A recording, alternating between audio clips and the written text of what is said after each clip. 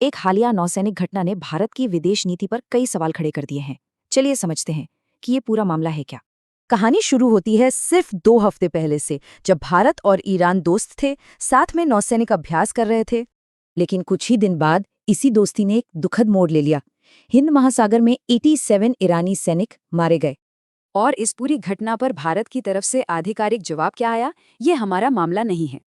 देखिए, 17 फरवरी को दोस्ती के नाम पर स्वागत हुआ और 4 मार्च को उसी जहाज को डुबो दिया गया।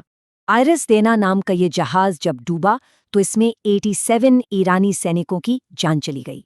सोचिए, ये जहाज एक दोस्ताना अभ्यास से लौट रहा था और कहा जा रहा है कि इस पर कोई हथियार भी नहीं थे।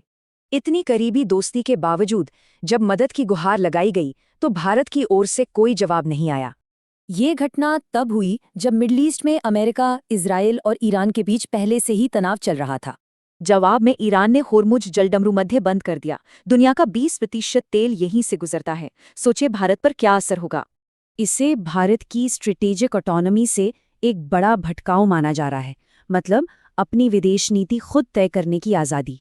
जबकि सरकार तो हमेशा से भारत को हिंद महासागर का गार्जियन यानी नेट सिक्योरिटी प्रोवाइडर बताती आई है। तो सवाल उठता है, जब एक दोस्त का जहाज डूब रहा हो तब सुरक्षा की गारंटी कैसे दी जा सकती है? और देखिए, ये रवैया पिछले प्रधानमंत्रियों के स्टैंड से कितना अलग है, जिन्होंने हमेशा दबाव का सामना किया था। इस पॉलिसी शिफ्ट का सीधा असर हमारी तेल सप्लाई पर पड़ रहा है। हमारा 55% तेल तो वहीं से आता है। और हालात ये हैं कि देश के पास सिर्फ 25 दिनों का ही स्ट्रेटेजिक ऑयल रिजर्व बचा है। बहुत ही कम है ये। इसका असर आम आदमी की जेब पर भी दिख रहा है। हाल ही में एलपीजी सिलेंडर 60 रुपए महंगा हो गया। अमेरिकी ट्रेजरी का ये बयान दिखाता है कि शायद हम बाहरी दबाव में अपनी संप्रभुता से समझौता कर रहे हैं।